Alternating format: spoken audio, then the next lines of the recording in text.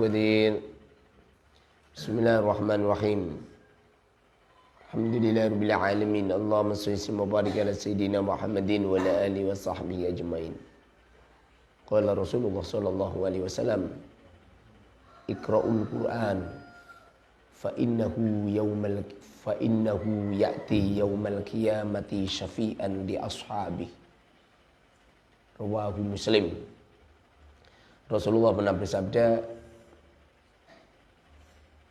bacalah Quran, maka sesungguhnya Al-Quran itu kelak di yaumil kiamat bisa memberikan syafaat kepada orang yang membacanya.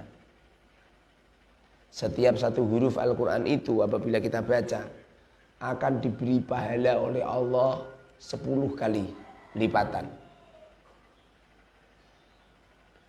Tiada orang yang membaca Al-Quran kecuali orang ini sedang berbincang-bincang kepada Allah. Dan Al-Quran ini mampu menyembuhkan penyakit yang ada di dalam kolbu. Karena pada dasarnya semua penyakit organ tubuh ini bersumber dari hati. Kalau hatinya disembuhkan oleh Allah Subhanahu wa taala dengan bacaan-bacaan Quran ini, tentu penyakit duhiriyah pun akan sirna.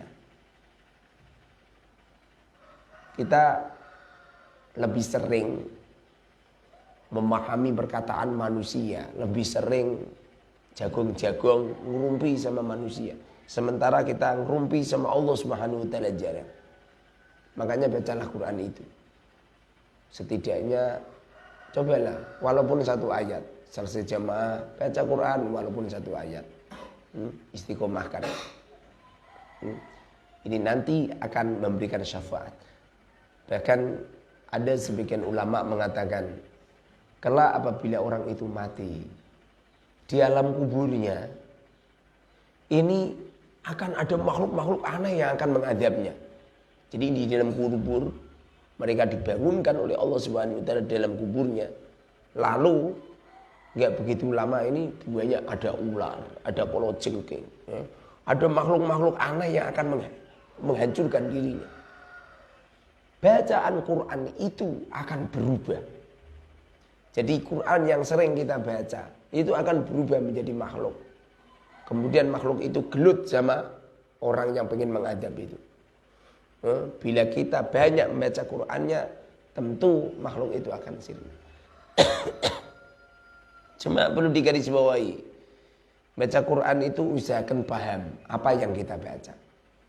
Sebabnya banyak di akhir zaman ini orang baca Quran gak paham. Makanya ada sebuah perkataan, rubba qari'in lil Quran wal Quran yal'anuhu. Banyak orang membaca Quran, namun Quran itu selalu melanat pada dirinya. Kenapa bisa seperti itu? Gara-gara mereka membaca Al-Quran, kemudian tidak mau mengamalkan isinya. Bagaimana seseorang itu bisa mengamalkan isi Al-Quran bila mana mereka membaca Al-Quran, namun mereka tidak paham isinya? Tentu dalam permasalahan ini, kita apabila membaca Quran, setidaknya itu paham nahwu sorof lughut. Nahwu sorof lughut itu dipahamkan sampai betul. Dan belajar nahwu sorof lughut itu jangan lidah-lidih. Banyak santri-santri mondok 1 tahun 2 tahun itu nggak paham. 1 tahun 2 tahun 3 tahun 4 tahun 5 tahun ngaji jurumiyah, imriti, alfiyah sampai bertahun-tahun, tapi dia itu nggak paham. Saudarin kitab nggak bisa baca dia. Saudarin Quran nggak paham untuk mengartikannya.